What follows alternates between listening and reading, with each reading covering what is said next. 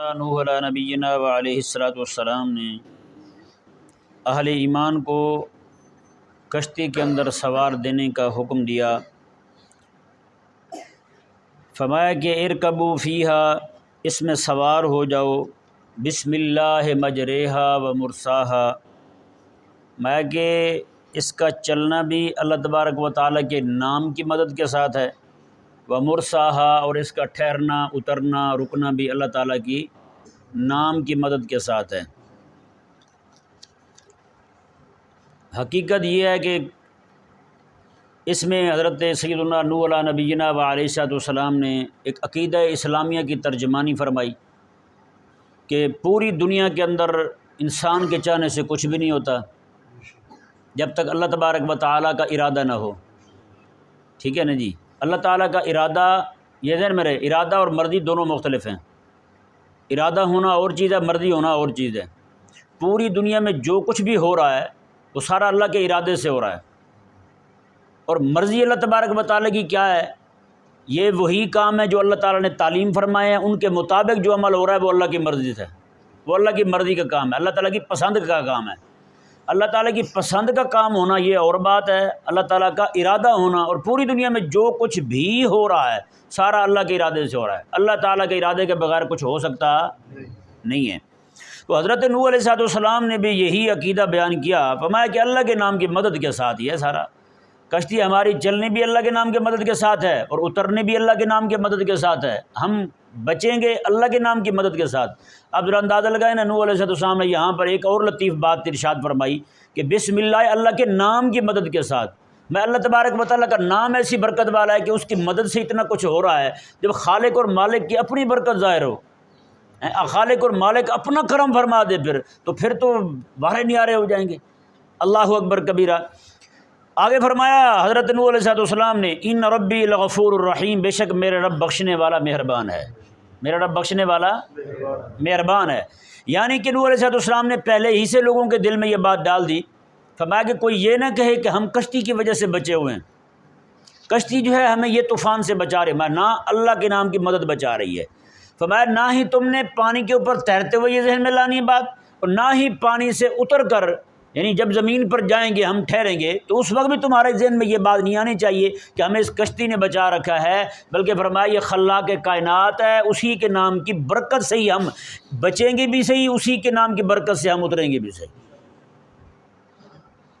دیکھیں نا، یہ پانی ہے، سمندر و دریا اور نہر ہو جو بھی ہو، اس میں چھوٹی سی چیز ڈالی جائے ڈوب جاتی ہے، اتنی بڑی شے ہے اس کا تو ڈوبنا پہلے بنتا ہے، اتنی وزنی شے ہے اس کا ڈوبنا تو پہلے بنتا ہے۔ مثال کے طور پر آپ نے سوئی پھینکی ہے پانی میں، سوئی تیرتی دیکھی ہے کبھی آپ نے؟ سوئی نہیں تیرتی، سوئی فوراً ڈوب جاتی ہے۔ ہونا یہ چاہیے کہ ہلکی چیز جو ہے وہ نہ ڈوبے اور بھاری چیز جو ہے وہ ڈوب جائے۔ خلاق کائنات نے ایسا نظام رکھا ہے کہ بھاری بھاری چیزیں، ہزاروں ٹن وزن کشتیوں کا، بحری جہازوں کا، بولے کہ جناب ایک ملک سے دوسرے ملک جا رہے ہیں اور سفر کر رہے ہیں، کہیں پہ کوئی شاید ڈوبتی نہیں ہے الا ماشاء اللہ، جب تک اللہ تعالیٰ کا حکم نہ آ جائے۔ سمجھ آیا مسئلہ نہیں ہے؟ تو یہ بات جو ہے نا انتہائی غور کرنے والی ہے۔ کوئی بھی بندہ یہاں پر کوئی نیکی کا کام کر لے تو اپنے اوپر دل میں غرور نہ آنے دے، یار میں نے نماز پڑھ کے باہر جو لوگ بیٹھے ہوئے ہیں ان کو حقیر جاننا شروع کر دے تو مطلب یہ تو نے نیکی کی ہے، نیکی کے بعد تیرے اندر گناہ آ گیا تو پھر وہ نیکی تیرے لیے وبال بن گئی۔ بھائی نہیں سمجھ پڑا؟ اور یہی حضرت نوح علیہ السلام کے اس کلام میں اندازہ لگائیں، ان ربی لغفور الرحیم، بے شک میرا رب بخشنے والا مہربان ہے۔ اللہ کے دین کے غلبے کا کام کیا ہم نے، اللہ تعالیٰ کے حکم پر ہم نے کشتی بنائی ہے، اس کے اوپر سوار ہو رہے ہیں کشتی پر، میں اللہ کے نام کی مدد کے ساتھ چڑھیں گے بھی صحیح، بیٹھیں گے بھی صحیح، اتریں گے بھی صحیح، اللہ کے نام کی مدد ہوگی۔ جب بات ساری اللہ اللہ کی ہو رہی ہے تو پھر یہ کیوں کہا ان ربی لغفور، میرا رب بخشنے والا ہے؟ نہیں سمجھ پڑا مسئلہ؟ اتنی اہم بات کی طرف حضرت نوح علیہ السلام جو ہیں وہ آپ توجہ دلا رہے ہیں، اور میں اور آپ دیکھیں، ہم نماز پڑھتے ہیں، السلام علیکم ورحمۃ اللہ، السلام علیکم ورحمۃ اللہ، سب سے پہلی بات کیا کرتے ہیں؟ استغفر اللہ پڑھتے ہیں، نہیں پڑھتے؟ استغفر اللہ، استغفر اللہ، استغفر اللہ، 3 بار استغفار پڑھتے ہیں، 3 بار استغفار پڑھتے ہیں۔ کیوں پڑھتے ہیں؟ یا ایک بار بھی پڑھیں تو کیوں پڑھتے ہیں؟ نماز پڑھی ہے نا، نماز پڑھ کے بندہ توبہ کرے، وہ تو اللہ تعالیٰ کا کام کیا ہے، اللہ تعالیٰ کی بارگاہ میں کھڑا ہوا بندہ تو پھر استغفار کر رہا ہے، توبہ مانگ رہا ہے اللہ تبارک و تعالیٰ سے، معافی مانگ رہا ہے، یا اللہ مجھے معاف کر دے، یا اللہ مجھے معاف کر دے، یا اللہ مجھے بخش دے. سمجھ نہیں پڑ رہا مسئلہ. اس کی وجہ یہ ہے کہ مولا ہم نے نماز پڑھی ہے. 2 وجہ آپ کے سامنے رکھتا ہوں. ایک وجہ یہ ہے کہ نماز میں ہم سے کوئی کوتاہی ہو گئی ہو، نماز میں ہم سے کوئی معاملہ ہو گیا ہو، تو مولا ہم معافی مانگتے ہیں. اور یہ ہماری تو پکی بات ہے بھی نمازیں ویسی ہے ہی نہیں جیسی پڑھنی چاہیے نمازیں. ہم نے چلو نماز یہ بھی اللہ تبارک و تعالیٰ کا فضل ہے کہ اپنے جسم کو گھسیٹ کے لے آتے ہیں، مسجد میں پہنچ جاتے ہیں جیسے کیسے پہنچ جاتے ہیں، اور دل جو ہے ہمارا وہ حاضر نہیں ہوتا. لا صلاۃ الا بحضور القلب، میں نماز تو کامل نہیں ہوتی جب تک دل حاضر نہ ہو. اور میں اور آپ ذرا ہم غور کریں تو کتنی ہماری نمازیں جو ہے نا وہ حضور دل کے ساتھ ہوئی ہیں. نہیں سمجھ پڑا مسئلہ. ہماری کتنی نمازیں ہوئی ہوں گی جو حضور قلب کے ساتھ ہوئی ہوں گی. کتنی نمازیں ہیں کہ ہم نماز کے لیے کھڑے ہوئے ہیں، ساری دنیا سے توجہ ہٹ گئی، محض اللہ تعالیٰ کی طرف توجہ ہو گئی ہماری. نہیں سمجھ پڑا مسئلہ. تکبیر پڑھتے ہوئے کبھی ہاتھ اٹھاتے ہیں نا، رفع یدین کرتے ہیں ہم. تکبیر پڑھتے ہیں جب اللہ اکبر، تکبیر تحریمہ کہتے ہیں، رفع یدین کرتے نہیں کرتے؟ کرتے ہیں نا. اس کا مقصد کیا ہے؟ اس کا مقصد یہی ہے کہ اذان کی آوازیں مسجد میں آ گئے، ہاتھ اٹھا دیے، مولا اب تیرا حکم آ گیا ہے، اب ہم کسی کی نہیں سنیں گے. تیرا حکم آ گیا، اب ہم کسی کی نہیں سنیں گے. جب اللہ کا حکم آ گیا سنیں گے کسی کی نہیں، تو نماز میں پھر دکانوں کے حساب کیسے چل رہے ہیں؟ نماز میں کھڑے ہو کر رشتہ داروں کی لڑائیوں کی باتیں کیسے یاد آ رہی؟ نماز میں کھڑے ہو کے ادھر ادھر کی باتیں ہیں. بچے ہیں تو اپنی معاملات سوچ رہے ہیں، بڑے ہیں تو اپنے معاملات سوچ رہے ہیں، بوڑھے ہیں تو اپنی بیماریوں کو سوچ رہے ہیں بیچارے نماز میں کھڑے ہو کر. تو کیا مطلب ہے؟ دنیا کو تو چھوڑنے کا کہا تھا، مولا میں نے چھوڑ دیا سارا، تیرا حکم آ گیا، اب تیرے حکم سے اوپر کسی کا نہیں ہے حکم. میرے دوست بیٹھے تھے میں نے چھوڑ دیے، میرے رشتہ دار بیٹھے تھے چھوڑ دیے، بچہ رو رہا تھا میں نے چھوڑ دیا اس کو، بیوی گھر میں بیٹھی تھی میں نے اس کو چھوڑ دیا، بستر گرم تھا میں اسے چھوڑ کے آ گیا ہوں. مولا تیری بارگاہ میں آ گیا ہوں. میں اے سی میں بیٹھا ہوا تھا، اے سی چھوڑ کے تیری بارگاہ میں آ گیا ہوں. یہاں صرف پنکھ کے نیچے کھڑا ہو کر تیری بارگاہ میں نماز پڑھ رہا ہوں. مولا تیرے حکم کے اوپر کسی کا حکم نہیں ہے. ہاتھ کھڑے کر دی، مولا تیرے حکم کے آگے کسی کا حکم نہیں ہے. تو بتائیں جب نماز میں کھڑے ہو کر میں ایسی باتیں سوچیں گے، بعد میں پھر استغفار بنتا نہیں بنتا، توبہ کرنی بنتی نہیں بنتی. اللہ اکبر. ایک بزرگ صوفی ہیں، ان کی بات مجھے یاد آ رہی ہے. ان سے پوچھا گیا سنائیں جی کیا حال ہے آپ کا، معاملات کیسے ہیں، عبادات کیسی چل رہی ہیں؟ انہوں نے کہا میری تو عبادت ایسی ہے جب ایک عبادت کر لوں نا تو مجھے وہ بھی لگتا ہے کہ یہ بھی میں نے گناہ کیا، اس پر میں پھر دوبارہ توبہ کرتا ہوں، اس پر بھی توبہ کرنی بنتی ہے مجھے، اس پر بھی توبہ کرتا ہوں. میں کیسی نماز پڑھی ہے میں نے، خالق اور مالک کے سامنے ایسے کھڑے ہونا تھا جیسے میں کھڑا ہوں. نہیں سمجھ آ رہا مسئلہ. اللہ تعالیٰ کی بارگاہ میں ایسے کھڑا ہونا تھا مجھے جیسے میں کھڑا ہوا ہوں. تو ماتے میں تو نیکی کر کے بھی اس کو گناہ تصور کرتا ہوں کہ میں نے تو بھائی رب کی نافرمانی کی ہے، جیسا کرنے کا حق تھا وہ مجھ سے ادا نہیں ہوا. سمجھ آ رہا ہے نا؟ اللہ اکبر کبیرہ. تو یہ بہت بڑی بات ہے کہ بندہ جو ہے نا نماز میں کھڑا ہو، نماز ختم ہونے کے بعد استغفر اللہ پڑھے. کیوں پڑھ رہا ہے استغفر اللہ بھائی؟ مطلب یہ ہے کہ جیسی عبادت کرنے کا حق تھا وہ مجھ سے ادا نہیں ہوا. نہ نماز میں خشوع حاصل ہوا، نہ خضوع حاصل ہوا، نہ طہارت صحیح طور پہ حاصل ہوئی. ہاں جی، ہم نے وضو کیا تو وضو بھی ہمارا ایسے ہی ہوتا ہے. باقی کو چھوڑیں. امام احمد رضا رحمہ اللہ فرماتے ہیں کہ میں ایک جگہ کہیں بیان کرنے کے لیے گیا، وہاں ایک عالم صاحب میرے ساتھ ہو گئے. کہتے ہیں وہ عالم صاحب نے نماز کا وقت ہوا تو وضو کرنے لگے تو ایک چلو پانی کے لیے اور ماتھے پہ بہا دیا اور بازو دھونے شروع کر دی. ایک چلو پانی کا ماتھے پہ بہا کے بازو دھونے شروع کر دی. کہتے فرماتے ہیں میں نے اسے کہا، میں نے کہا یہ آپ نے کیا کیا؟ انہوں نے کہا نماز کا ٹائم جا رہا ہے نا.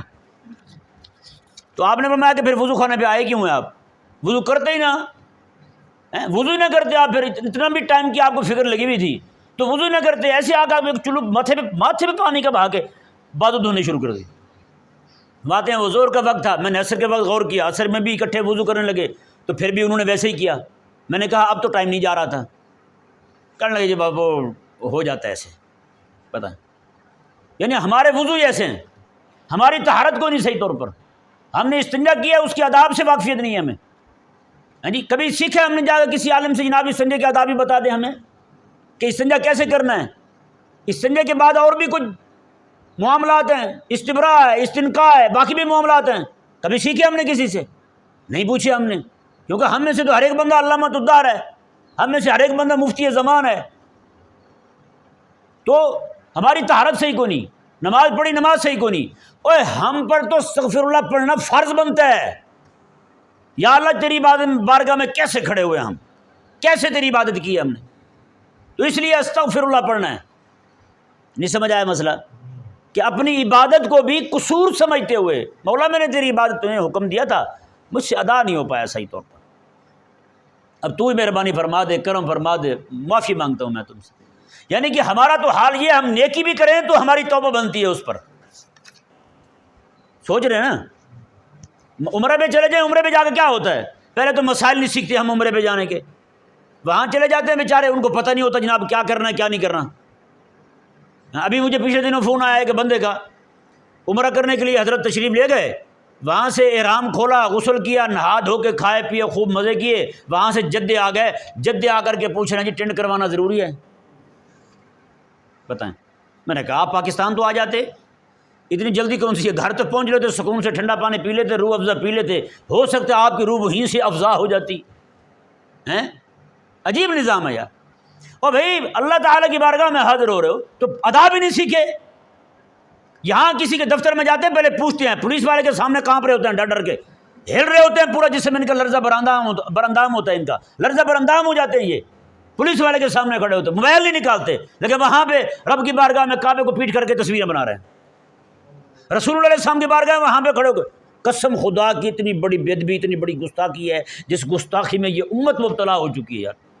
میرے آقا علیہ السلام کے صحابہ کے بارے میں راوی فرماتے، ایک صحابی ہیں حضور کے، ماتے میں حضور کی بارگاہ میں حاضر ہوا، میں نے دیکھا آقا علیہ السلام کی بارگاہ میں کسی صحابی کا سر اونچا نہیں تھا، سب کے سر نیچے جھکے ہوئے تھے۔ کہتے مجھے ایسے لگا کانما قطعت رؤوسہم، ان کے جسم ہیں، ان کے سر کاٹ دیے گئے ساتھ ہیں ہی، ایسا ادب تھا ان کا۔ اور آج یہ میرے آقا علیہ السلام کی بارگاہ میں حضور اس کی طرف دیکھ رہے ہیں، یہ اپنی بیوی کو دیکھ رہا ہے وہاں پہ لائیو کال چلا کے، اپنی بیوی کو، اور بیوی بھی ایسی نکمی گھر میں بیٹھی ہوئی، چھاتی کھلی ہوئی، سر پہ دوپٹہ کو نہیں، بال بکھرے ہوئے، وہ ویسے کیمرے پہ بیٹھی ہوئی۔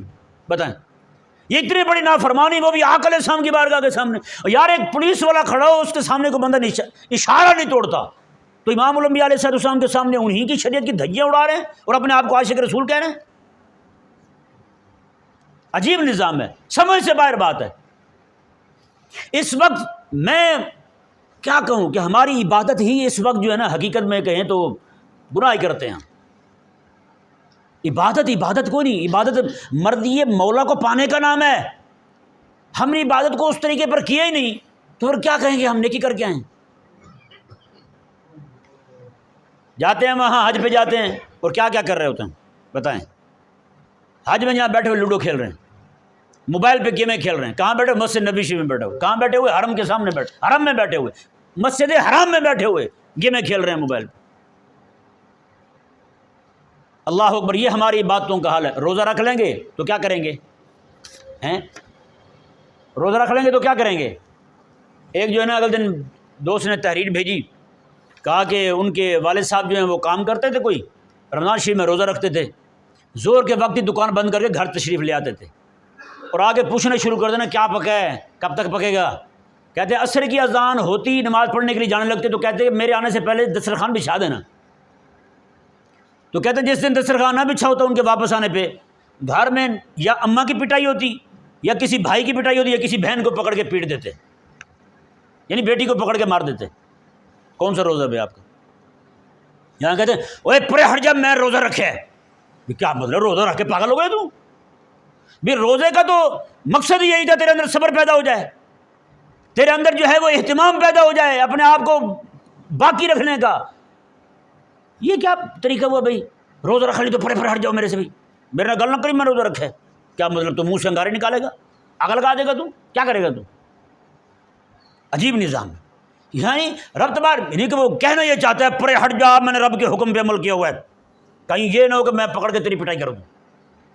بہت سارے گھروں میں ہوتی مار دھاڑ ہوتی، جیسے میں اسی سال کی بات ہے رمضان شریف میں، ہاں جی، ایک بچی اس کی شادی ہو گئی کہیں سسرالیوں کے ہاں تھی، وہ آپ کو پتہ ہے روزے میں نہیں پتہ چلتا نمک کے کم اور زیادہ ہونے کا، وہ نمک جناب زیادہ پڑ گیا، ان زریلوں نے کیا کیا، بچی کو اوپر والی منزل سے نیچے پھینک دیا، کھڑکی سے نیچے پھینک دیا، وہ بچی بیچاری نیچے گری اور اس کی گردن کی ہڈی وہیں ٹوٹ گئی، گردن نیچے، سر نیچے لگا اس کا، گردن ٹوٹ گئی اس کی۔ بتائیں کیا روزہ ان کا؟ ایسا بندہ جو روزہ رکھ کے روزانہ مار دھاڑ کرتے رہے، روزانہ بدماش بنا رہے، ڈون بنا رہے بندہ، کیا روزہ ہے اس کا یار؟ یہ اس سے تو اچھا تھا نہ رکھتا منحوس یہ روزہ، کم از کم لوگ تو سکون میں رہتے۔ یہ عبادات ان کے لیے نقصان کا سبب ہے بھائی، جب تک اپنے اندر اخلاص پیدا نہیں ہوتا کیا کرے گا عبادتیں، کیا کرے گا، روزے کیا کریں گے اس کے، حج کیا کرے گی، زکوٰۃ کیا کرے گی، یہ معاملات کیا کریں گے بتائیں؟ یعنی رب کی بارگاہ میں کھڑے ہو کر بھی ہم رب کے نہیں ہوئے۔ میرے آقا علیہ السلام نے فرمایا کہ میری امت پر وہ زمانہ آنے والا ہے، پانچ چیزوں کو یاد کر لیں گے، 5 چیزوں کو بھول جائیں گے۔ یحبون الخلق وینسون الخالق، میں مخلوق کے ساتھ محبت کریں گے، خالق کو بھول جائیں گے۔ نماز میں کھڑے ہو کر بھی مخلوق کا خیال ہے، باہر بھی مخلوق کا خیال ہے، رب کا خیال ایک بار بھی نہیں آیا ہمارے دل میں کہ رب تبارک و تعالیٰ کے بارے میں بھی سوچنا ہے ہم نے۔ یہ رب تعالیٰ کے بارے میں سوچنے سے مراد یہ ہے اللہ تعالیٰ کی نعمتوں پر سوچنا ہے، اس پر غور کرنا ہے۔ تفکروا فی آلاء اللہ ولا تفکروا فی اللہ، میں رب کے بارے میں غور نہ کرنا، کہیں یہ نہ ہو کہ تم گمراہی میں جا پڑو، کفر میں جا پڑو، الحاد میں جا پڑو۔ ہاں، رب کی نعمتوں کے بارے میں غور کرنا، کوئی ہے جو یہ نعمتیں عطا فرما رہا ہے، کوئی ہے جو یہ نظام ہستی چلا رہا ہے، کوئی ہے جس نے بغیر ستون کے اتنا بڑا آسمان کھڑا کیا ہوا ہے، کوئی ہے جس نے پانی پر زمین کو کھڑا کیا ہوا۔ تو حضرت نوح علیہ السلام 950 سال تبلیغ کریں، پوری رب تعالیٰ کی اطاعت کرتے ہوئے ان بسم اللہ مجریہا و مرساہا فرمائیں، اللہ کے نام کے ساتھ چلنا کشتی کا، اللہ ہی کے نام کی مدد کے ساتھ اس کا رکنا ہوگا، تو پھر یہ کہہ کے کہیں کہ ان ربی لغفور، میرا رب بخشنے والا ہے، کیا مطلب؟ اللہ اکبر۔ یہ ہے نیک بندے نیکی کر کے بھی دل میں دھڑکا ہوتا ہے، اور ہمارے جیسے گھٹیا لوگ جو ہیں وہ گناہ کر کے بھی اکڑے پھرتے ہیں۔ بتائیں، نیکی کر کے 950 سال تبلیغ کر کے اللہ تعالیٰ کا صفاتی نام کون سے ذکر کر رہے ہیں جس میں گناہ کی معافی کی طرف اشارہ ہو رہا ہے کہ مولا ممکن ہے 950 سال میں میں تبلیغی کام میں مجھ سے کوئی ہو گئی ہو اونچ نیچ، صحیح طور پہ نہ ادا کر سکوں۔ پھر آگے اللہ اکبر، غفور اور ربی کا تعلق بڑا عجیب ہے، اتنا سونا تعلق، ربی وما ان ربی، بے شک میرا پالنے والا، وہی تو بخشے گا نا جو دینے والا ہے، جس نے اتنا عطا فرمایا۔ بتائیں نا یار، گھر میں کھانے کو روٹی نہیں ہے تو کیسے فخر سے کھا گا، ان ربی، میرا رب سونا ہے بھائی، میرا رب سونا ہے، میرا پالنے والا سونا ہے۔ ان ربی لغفور الرحیم، مگر میرا رب جو ہے وہ بخشنے والا ہے، میرا رب کیا ہے؟ بخشنے والا ہے۔ اب بتائیں نا، 950 سال تبلیغ کی، ایک لمحے کے لیے بھی اللہ تعالیٰ کی بارگاہ سے جناب اطاعت سے خالی وقت گزرا ہو، ایسا نہیں ہے، ایک لمحہ بھی ایسا نہیں ہے۔ ایک جماعت تیار کی، 80 بندے تھے، ان کی تو کوشش تھی نا بہت زیادہ، لیکن 80 بندے تیار ہوئے، یہ بندے جو ہیں وہ کھڑے ہوئے، اللہ تبارک و تعالیٰ نے ان کے دین کو غلبہ عطا فرمایا، دین غالب کر لیا، تو پھر بھی اتنا بڑا کام کر کے کہہ کیا رہے ہیں؟ لغفور، میرا رب پالنے والا ہے۔ یہ ہمت جو ساری آئی ہے نا، یہ میرے رب کی دی ہوئی تھی۔ 950 سال تبلیغ سے ہاتھ نہیں کھینچا، میرے رب کی دی ہوئی، کیونکہ میرا رب ہے، وہ پالنے والا ہے، اسی نے میرے اندر ہمت کو پالا ہے، اسی نے میرے اندر عزم کو پالا ہے، اسی نے مجھے اولو العزم میں سے بنایا ہے کہ میں جناب ایک لمحے کے لیے بھی میں نے اپنے پاؤں پیچھے نہیں کیے، اللہ تبارک و تعالیٰ کے لیے میں لڑتا رہا، اللہ تعالیٰ کے لیے میں بولتا رہا، اللہ تعالیٰ کے دین کی دعوت دیتا رہا، توحید کی دعوت سناتا رہا، رسالت کا پیغام دیتا رہا، اور لوگوں کو میں خوف آخرت دلاتا رہا۔ میں کہ ان ربی، میرا رب ہے، وہ میرا پالنے والا ہے۔ آگے میں غفور، وہ بخشنے والا ہے۔ وہ کیا ہے؟ بخشنے والا ہے۔ کوئی بات اوپر نیچے ہو گئی ہو تو وہ بخشنے والا ہے، مہربانی فرمائے گا، کرم فرمائے گا۔ آگے فرمایا رحیم، وہ مہربان بھی ہے۔ وہ کیا ہے؟ مہربان بھی ہے۔ یہ غفور اور رحیم اکثر قرآن کریم میں اکٹھا آتا ہے، معلوم ہے نا، غفور الرحیم، غفور الرحیم، اس میں بھی عجب شان ہے دونوں اسموں کے اکٹھے آنے کی۔ غفور کا مطلب یہ ہے، اس بات سے ہٹ کر کے میں کہہ رہا ہوں، اس مقام سے ہٹ کر کے، نوح علیہ السلام اپنے لیے نظریہ رکھیں، یہ ان کی عاجزی ہے رب کی بارگاہ میں، ہم نہیں کہہ سکتے، سمجھ آ رہا ہے مسئلہ؟ وہ اپنے آپ کو گناہ گار کہیں، یہ ان کی عاجزی ہے۔ یہ میں اس مسئلے کو کھولوں گا انشاءاللہ 1-2 دن میں۔ آج میرا ارادہ تھا میں پورا رکوع پڑھا دیتا آج آپ کو، سچی بات ہے، لیکن وہ کیا کریں کہ وہ ضروری ہوتا ہے بات کو کھولنا۔ یہ انتہائی اہم باتیں جو آپ کے سامنے بیان کر رہا ہوں۔ غفور اور رحیم دونوں کا اکٹھے آنے کا مطلب کیا ہے؟ بندہ گنہگار ہو جائے،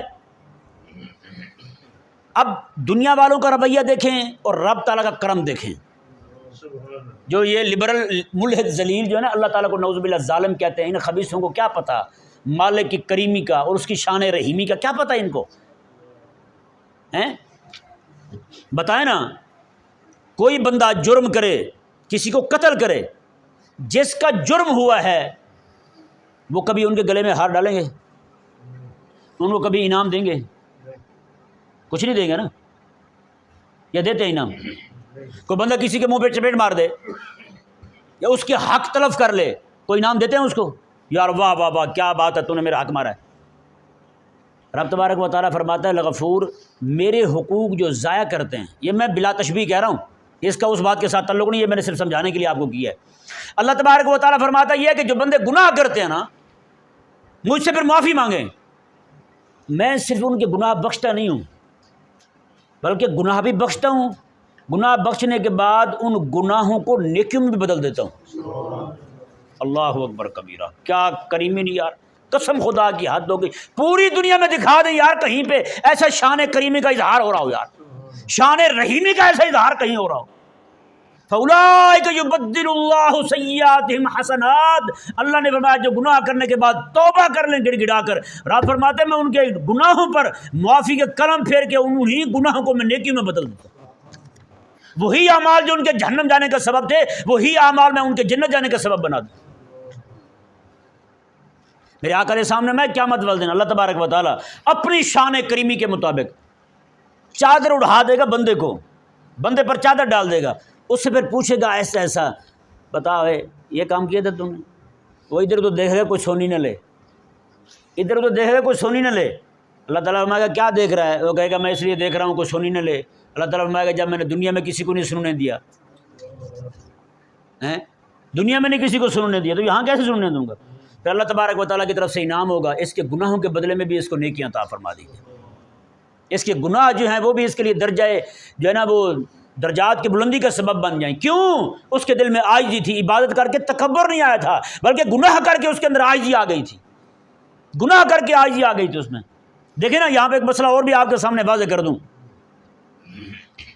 نفس لوامہ، بندہ گناہ کرتا ہے، گناہ میں مبتلا ہے، لیکن نفس جو ہے اسے ڈانٹتا رہتا ہے، گناہ کر لے گا شرمندگی محسوس ہوگی، یار مجھے نہیں کرنا چاہیے تھا، رب کی بارگاہ میں کیسے کھڑا ہوں گا۔ جس بندے میں یہ پیدا ہو جائے نا وصف نفس لوامہ والا، تو سمجھیں کہ اللہ تعالیٰ اسے ولی بنانے والا ہے، اگرچہ اس وقت گناہ میں مبتلا ہے وہ بندہ، اگرچہ اس وقت گناہ میں مبتلا ہے لیکن اس کے اندر ملامت والی صفت پیدا ہو گئی ہے، گناہ بھی کرتا ہے، ساتھ تڑپتا بھی رہتا ہے، ملامت بھی ہے، نفس کے ہاتھوں مجبور بھی ہے، رب تبارک و تعالیٰ کی بارگاہ سے ڈرتا بھی ہے، تو ایسا بندہ، یہ ایسی مثال جیسے سورج نکلنے سے بھی پہلے 1 گھنٹہ پہلے جہاں سے سورج نکلتا ہے وہ علاقہ سارا سرخ ہو جاتا ہے، اس سورج تو ابھی نکلا نہیں، 1 گھنٹہ پڑا ہوا ہے، یہ سرخ کیوں ہو گیا؟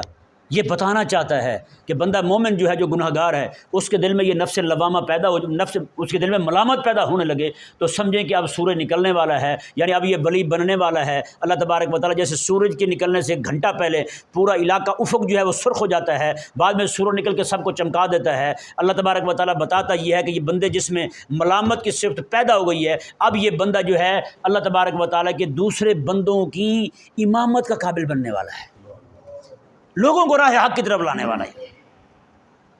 یہ مفہوم اتنا لمبا چوڑا ہے، میں سچی کہہ رہا ہوں، میں کھولوں نا اس کو تو بہت وقت درکار ہے اس کے لیے، کہ اللہ تبارک و تعالیٰ جو ہے نا بندے کے اندر یہ نفس لوامہ، اس کا نفس لوامہ جگا دیتا ہے، بندہ پھر ملامت کرتا ہے اپنے آپ کو، نیکی پر ملامت کرتا ہے، گناہ پر ملامت کرتا ہے، نیکی پر ملامت کر رہا ہے بندہ، نیکی کر کے اپنے آپ کو ملامت کر رہا ہے، یار یہ کیا نیکی کی ہے میں نے، تو سمجھیں کہ اس کی عبادت جو ہے وہ بارگاہ خدا بندی میں مقبول بندوں کی عبادت کی طرح ہونے والی، ان کی عبادت بننے والی، اور گناہ گار ہے تو اللہ تبارک و تعالیٰ اس کو ولایت دینے والا ہے، اس کے اندر سے ولایت کا سورج طلوع ہوگا، یہ ملامت جو ہے اس کے لیے افق پر سرخی کی میں مانند ہے، اللہ تبارک و تعالیٰ اس کے لیے بڑے آسانی والے اسباب مہیا فرمانے والا ہے، عنقریب مرنے سے پہلے پہلے اللہ تبارک و تعالیٰ اس کے گناہوں پہ معافی کا قلم پھیر دے گا، جس میں یہ پیدا ہو جائے بات۔ لیکن یار وہ ملامت پیدا تو کرے نا، ہم نے پورے دین کو چھوڑ کر کے اسی کو نیکی سمجھ لیا ہے، رب کے فرائض کو ترک کر کے مستحبات پہ کھڑے ہوئے ہیں، رب کے فرائض کو ترک کر کے حرام پہ کھڑے ہوئے ہیں اور اڑے ہوئے ہیں، حرام کو ہم نے فرض کا درجہ دے دیا ہے، مستحب کو ہم نے فرض سے بھی اوپر کا درجہ دے دیا ہے، اپنے پیر کو رب سے بھی اوپر کا درجہ دے دیا ہے، شریعت سے بڑھ کر پیر کی اول فول بکواس کو ہم نے درجہ دے رکھا ہے، تو بھائی پھر ملامت کیسے پیدا ہوگی؟ آپ کے دل کا افق جو ہے وہ کب سرخ ہوگا اور کب آپ ولایت کی طرف جائیں گے؟ ایسا کبھی نہیں ہو سکتا۔ تو ان ربی لغفور الرحیم، میرا رب جو ہے وہ بخشنے والا ہے، مہربان ہے، میرا رب بخشنے والا مہربان ہے۔ اللہ اکبر کبیرہ۔ تو یہ جو فرمایا رحیم، رحیم کیا ہے؟ غفور تو سمجھ پڑھ لیا ہم نے، رحیم یہ ہے کہ بندہ گناہ کرے، گناہ پر بھی اس کو اجر مل جائے، گناہ پر بھی اللہ تبارک و تعالیٰ کی طرف سے اس کو نعمتیں مل جائیں، وہ کب ہوتا ہے؟ گناہ کر کے اکڑنے والا نہ ہو. اکڑنے والے کا مطلب یہ ہے وہ تو رب کی بارگاہ میں اکڑ گیا، پھر گناہ کرے اور کہے جی میں نے جو کیا ٹھیک کیا. نہ، گناہ ہو گیا ہے، دل میں ملامت پیدا ہو جائے. حضرت فضیل بن عیاض رحمہ اللہ بہت بڑے اپنے وقت کے ڈاکو تھے، پہلے ڈکیتیاں کرتے تھے، چوریاں کرتے تھے. اور کرتے کیسے تھے؟ ساتھ ندامت بھی تھی، ندامت بھی تھی. بندوں کو بھیجتے جاؤ تم جا کے چوری کرو، اور خود جو نا دریا کے کنارے مصلی بچھا کے نماز پڑھتے تھے. کرم فرما دے، مجبور ہو، کیا کروں میں، نفس کے ہاتھ ہوں، تو ہی مہربانی فرما. اللہ اکبر کبیرہ. تو حضرت فضیل بن عیاض رحمہ اللہ ایک رات ان کے بندے گئے چوری کرنے کے لیے، وہ پکڑے گئے. انہوں نے بتایا بھی ہاں بھائی، انہوں نے کہا یہ تو ہمارے استاد نے کہا ہے ہمیں، جن سے ہم نے یہ تعلیم پائی ہے، ان سے پوچھو ہمیں کیا پوچھتے ہو. وہ لے کے آ گئے. انہوں نے کہا کہاں ہیں؟ انہوں نے کہا نماز پڑھ رہے ہیں. عجیب استاد ہے آپ کا بھائی، آپ کو کس کام پہ لگا رہا ہے اور خود نماز پڑھ رہا ہے. جب آئے نا حضرت فضیل بن عیاض رحمہ اللہ کے پاس، تو دیکھا تو واقعی بھی مصلی پہ کھڑے ہو کے رو رہے ہیں اور نماز پڑھ رہے ہیں، رب کی بارگاہ میں گڑ گڑا رہے ہیں. حیران ہوئے. انہوں نے کہا یہ کیا معاملہ ہے آپ کا، بندے چوری کے لیے بھیجے ہوئے، آپ رب کی بارگاہ میں کھڑے ہو کر.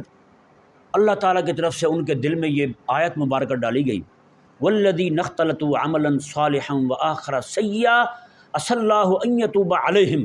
فرمایا کہ وہ لوگ جو گناہوں کے ساتھ نیکیاں بھی کرتے رہتے ہیں، ان قریب اللہ تبارک و تعالیٰ ان کے گناہوں پر معافی کا قلم پھیر دے گا.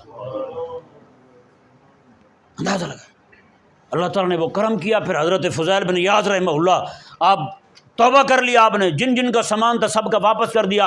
کرتے کرتے یہودی کا دروازہ جا کھٹکایا، او یار تیرے گھر میں ایک بار میں نے چوری کی تھی میرے بندوں نے، تو یہ ہے تیرا سامان. وہ نے کہا نہیں نہیں نہیں، ٹھہرو ادھر ٹھہرو. ان کو روک دیا دروازے پر. اندر گیا، اندر جا کر کے اس نے کیا کیا، ایک جگہ تھیلی رکھی، اس میں ٹھیکریاں ڈال دیں اور ریت ڈال دی.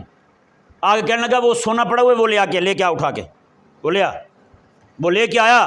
حضرت فضیل بن عیاض رحمہ اللہ کے ہاتھ میں تھمایا، دے کر کے جب اٹھا کے لائے نا حضرت فضیل بن عیاض، اس نے آپ نے آ کر کے یہودی کو دیا. اس نے کہا دکھاؤ مجھے. دیکھا اس نے، کلمہ پڑھ کے مسلمان ہو گیا. کلمہ پڑھ کے مسلمان ہو گیا. انہوں نے خیر تو ہے، میں نے تو کوئی تبلیغ نہیں کی تجھے. اس نے کہا میں یہودی ہوں اور ہمارے مذہب کی کتابوں میں رب نے نبی آخر الزمان صلی اللہ علیہ وسلم کی امت کی یہ شان لکھی ہے، ان میں کوئی گناہ گار بندہ سچی توبہ کرے گا تو وہ مٹی کو بھی ہاتھ لگائے گا، میرا اللہ سونا اسے بھی سونا بنا دے گا.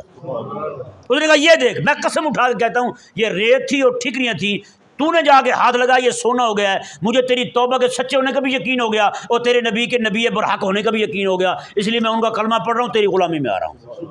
اندازہ. تو بھائی اس آیت مبارکہ سے کیا معلوم ہوا، کوئی بندہ نیکیاں کر رہا ہے اور گناہ بھی اس سے ہو رہے ہیں تو اس کی گناہ نہ چھڑوائے جائیں. اللہ تعالیٰ کی بارگاہ سے یہ امید لگائی جائے کہ میرا اللہ کا وعدہ ہے جو نیکیاں کر رہے ہیں اور گناہ بھی ساتھ ساتھ ہو رہے ہیں، اللہ تعالیٰ اس کو توبہ کی توفیق دے گا.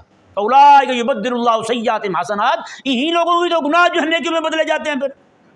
پھر ہمارے ہاں کیا ہے، داڑھی رکھی ہوئی ہے مولوی صاحب اور باتیں ایسی، داڑھی کٹا دوں پھر تیرے جیسی باتیں کروں پھر ٹھیک ہے. نماز پڑھتے ہیں پھر ایسی باتیں کرتے ہیں، نماز چھوڑ دوں پھر ٹھیک ہے. یہ کیا طریقہ ہوا بھی؟ طنز نیکی پہ کیوں ہے بھی؟ گناہ پر طنز کرنے کے لیے نیکی کو نشانہ بنانا ضروری ہے تاکہ اگلا بندہ نیکی سے بھی جائے. ہاں بھائی، بسم اللہ مجرہا و مرساہا، اللہ کے نام کی مدد کے ساتھ چلیں گے، اللہ کے نام کی مدد کے ساتھ اتریں گے. پورے راستے میں کسی کے ذہن میں کوئی خیال نہ آئے کہ ہماری نیکی کی وجہ سے ہو رہا ہے، ہماری فلاں چیز کی وجہ سے ہو رہا ہے. نہ یہ اللہ کے نام کی مدد ہوگی. ان ربی لغفور الرحیم، بے شک میرا رب جو ہے وہ پالنے والا ہے، میرا رب جو ہے وہ بخشنے والا ہے، میرا رب جو ہے بڑا ہی مہربان ہے. اللہ